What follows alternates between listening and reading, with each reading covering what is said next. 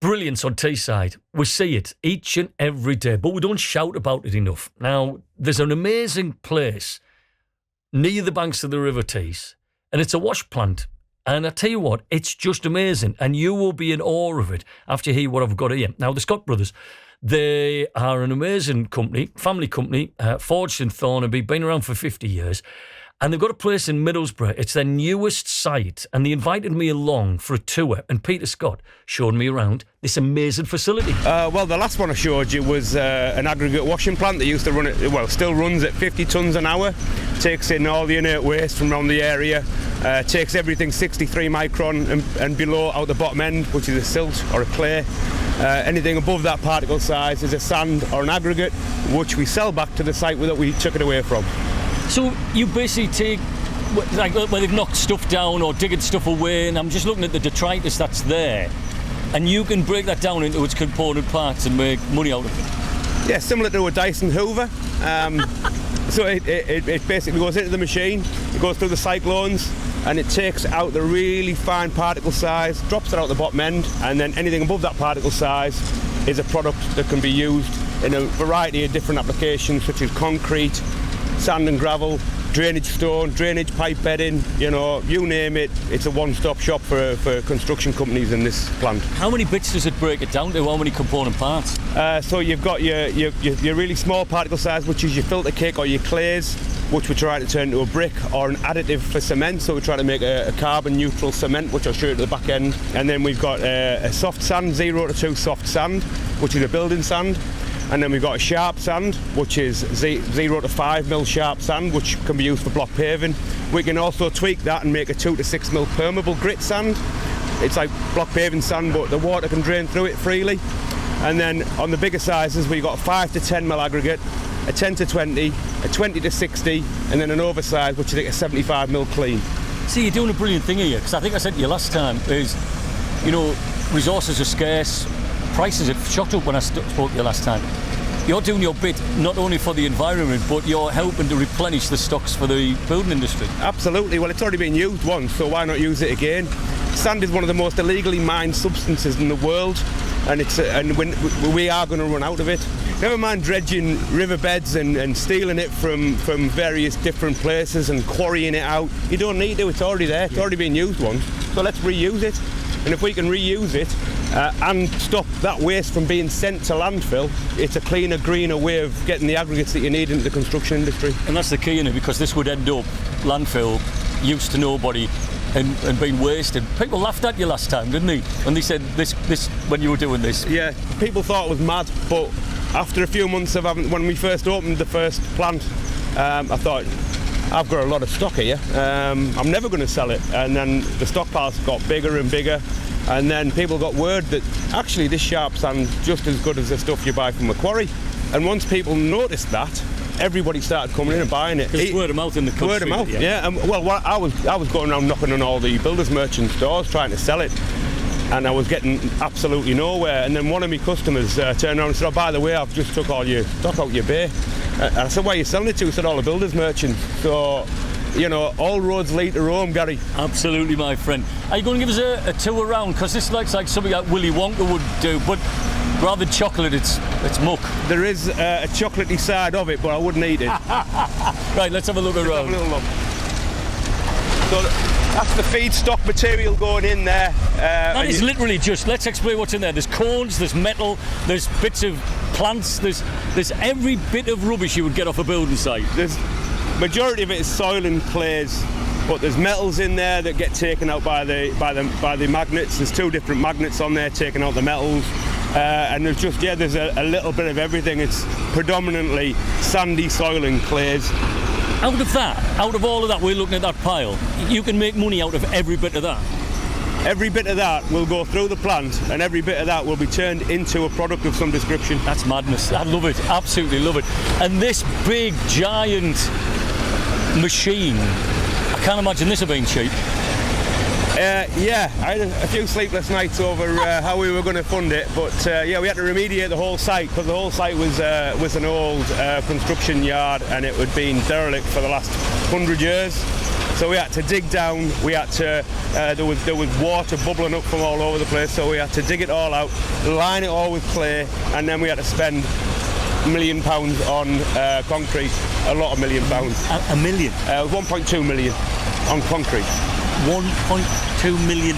Just on the concrete that you can see in front of you now. Oh, you've not got to stress on thinking about that. Well, when I looked at the numbers that the other plant was doing and times that by 4, I was quietly confident that this would earn its crust for the company. One of the big resources is water. Little Dicky Bird tells me you're self-sufficient, really. Well, when we first fired up, we have a borehole in the corner of the site, which we take 20 cube of water out per day, which is quite a lot of water. Then we realised it was salty water. Salty water in a brand new plant worth £4.6 million wasn't sitting well with me. So we've turned the well off and we use mains water only for top up. When it rains, we've got several sumps around the site. All the sumps save the groundwater from all this concrete pad that you can see here, and it all gets pumped back into the tank. From the tank, this was my idea by the way, I put a filter. The filter then puts it back into the freshwater tank, so when it rains I don't need to top up with any water, and I'm the only plant in the world, to my knowledge, that does that. It saves us a bob or two. Right, let's have a look round. Let's go this end. Keep on to the side, Gary. I'm fine. Got me high vis on and me helmet. Exactly. Safety first. Safety first all the time. This is the wet bit, so we do a little bit of a brisk walk here. So as you can see there, that's the raw feed coming in and hitting the water with the spray bars. It gets a good blasting with water on there, and that separates everything out. And anything 10 mil down will go to the sand plant. Right. And anything over that 5 to 10 mil particle size will drop into the log washer, which you can see from here is a twin shafted log washer, not like the other one. And it just churns it up. Right. It's like a big massive washing machine. Whereas it's churning it up, it's getting fed with water again, and it's pushing all that material forward. Right. That goes over the next set of screen. You get a good view up here as well, don't you? The Essen Hills. Yeah, and the landfill site's great, isn't it? Beautiful.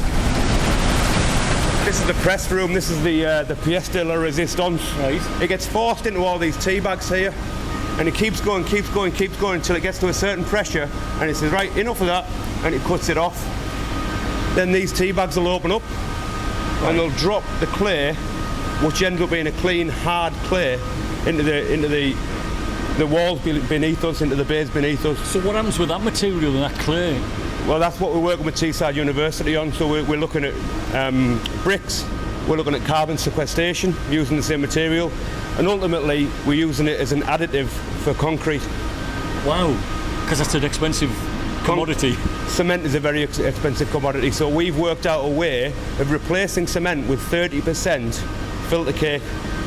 You knock at the door at Teesside University, I bet they must love you. I mean, it's just great that I can work with minds a lot sharper than mine. Don't. I've known you a long time, mate. You're an absolute diamond. But what I love about this is Teesside people coming together, whether they're academics or hard-working grafters like yourself and your family, to create solutions for the North East and beyond. And it's something that we've always done on Teesside. We've always built the world, and you're doing it bit by bit again. And we're doing it bit by bit again, and hopefully if we can get the formulation right in either the bricks or the carbon sequestration, we can find an end-use product for that clay. There's wash plants all over the world. We'll find an end-use product for all of that waste from all over the world to do something with, to construct new cities and create a replacement for cement. Well, the new government are looking to build, 1 million houses a year or whatever it is. It's something ridiculous, isn't it? 1 million houses over the term of the Parliament. They need to get the materials from somewhere. And why not Teesside? Why not Teesside? Why not our bricks? You must be so proud of what you're doing.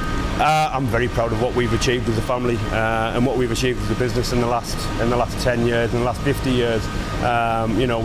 We've gone from a couple of wagons and a couple of JCBs to a fleet of trucks and a massively improved turnover. I'm very proud of what me and my brother and my father and the rest of the team and Bob and the rest of the guys have done. You're like one big family, aren't you? We are, and everybody that works for us sees us that way. Once people come to work for us, they tend to stay with us forever. It was an amazing visit. It's just phenomenal. And all the work, I said to Lynn, she went, what was it like? And I showed her a picture. I said, it's like, you know, like these wacky warehouses, but for the construction industry. There was all these platforms that you go around, all these things doing different, and you see it all. And it's happening here. Scott Brothers, Thornaby Company, based here on Teesside, and again, showing the fact that Teesside is building the world with innovation. It's just wonderful. And all the very best to Peter and the family for just that innovation. Marvellous stuff. And working with Teesside Uni, marvellous stuff. This is your BBC Radio Tees. Come on, tell us the stories that you have out there. You may be just doing stuff and going, oh, no one want to hear to me. I do want to hear from you. Email me.